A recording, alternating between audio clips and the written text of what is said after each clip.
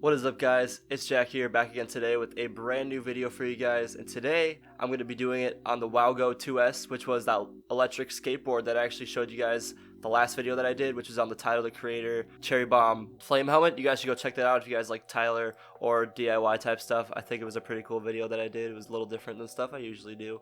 But anyways, going on to today's video, I'm going to be doing a review / overview on the WowGo 2S. I think it's a really good budget option for electric longboards now in the market because he got boosted. That's like the main one, kind of like the Apple products of longboards, or electric longboards I should say. It's like goes for like $1,200, and I was like, I do not want to spend over $1,000 on an electric skateboard because if it breaks I'm gonna be pissed. But anyways, this one goes for around $380, which actually isn't terrible if you put it in comparison to that. And I think you get a lot out of that $380 package. So I'm gonna get into the specs and my thoughts on this thing. So let's hop right into this video.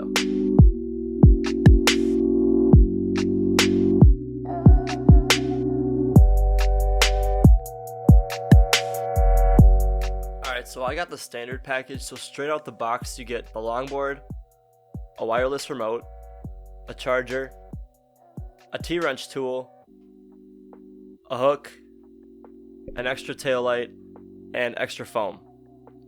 I thought this was really cool that they included like the tail light and the hook because I've never seen that with any other like longboards. And the tail light is nice for at night for when you're riding the longboard and you want people to see you. But I haven't really tried it out yet, so I'll have to tell you guys how that goes when I do that.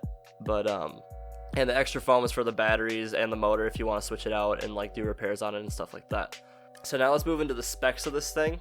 It comes with the standard version that I got is all like the basic stuff. It's pretty much the one that'll cost $380, so it's like the cheapest one you can get. It comes with a standard 4.0 amp hour Samsung battery, which is pretty nice, and it has a range of about 10 miles with regular use. But I found out that if you use it on full throttle, you'll get about 4 miles out of it, which is what I did to go to work, because then I just charge it while I'm at work and then take it home, because I was about 3.5 - 4 miles away from my house. So it was really nice for that over the summer. There are 3 different speed modes on this thing. There's a slow speed mode, which goes up to 12.4 miles per hour, the medium speed mode, which goes up to 18.6 miles per hour, and the fast speed mode, which goes up to 23.6 miles per hour. This thing, when I first started using it, it was cooking. Like, it was on the slow mode too, and that thing, it goes fast. So if you're a first time learner on electric skateboards, I would definitely recommend to like go slow on this thing, because it will jerk forward pretty quickly because it's got that instant torque of like an electric motor, you know. But anyways, the board is also made out of 2 layers of thick bamboo and 6 of maple in the deck, which is actually really nice. It gives it a really good concave. It's really nice for riding and stuff like that as well, as soon as you break it in. And the max load on that board is also 330 pounds, but they recommend anything below 264 pounds. I think that's just so you don't like damage anything if you're like too heavy on the board and the batteries scrape or something like that. But I only weigh about 170, so I'm well below the range, and I haven't had any problems with it so far. My thoughts on this thing, I've kind of been going over them as the video's been going on, but the board only takes a day to like fully break in, like a day's worth of riding to actually break in, which was super nice because once I got it broken in, it was super smooth and I could take curves on it super nice, and it's really easy to adjust with that tool they give you as well. And it's a very smooth ride, and the acceleration is kind of touchy at first. Like, once you start going on that thing, when you first get on it, it's gonna jerk you forward, like what I said before. And you just gotta get used to it. But once you get used to like riding an electric skateboard, I think is kind of what I had to get used to. It's really smooth ride, and it's like really fast once you have fun on it. And you can have a lot of fun once you start going like really fast down like really smooth paved roads as well. You kind of try to like look for those really smooth paved roads to like take the thing on, so then it feels like awesome. The brakes on it are actually a really cool feature too. I never thought I'd have like a longboard or a skateboard that would actually have like brakes on it. It's like a really good feature, so if you're like going too fast and you don't want to hit something, then you can just push on the brakes. They're pretty, like, they'll stop pretty quick. Like, I wouldn't brake too hard, otherwise I'd fly forward, but the brakes on it are a really nice feature, and I really do enjoy having that. It also does have a forward and a reverse on the remote as well, which is also super nice to have. And if you love just like longboarding or skateboarding, this thing is like totally 100% worth it.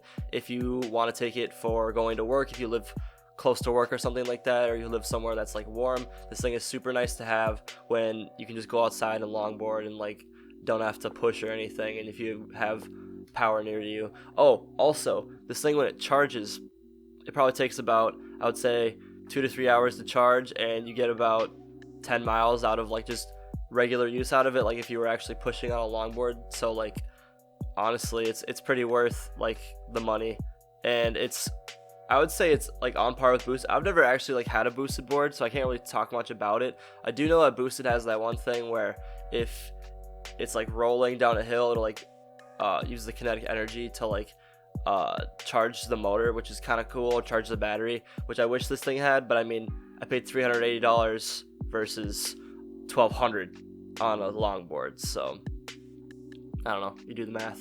I feel like that little feature is not really worth if you're just going to be using it to go to work or to like just for fun and stuff like that.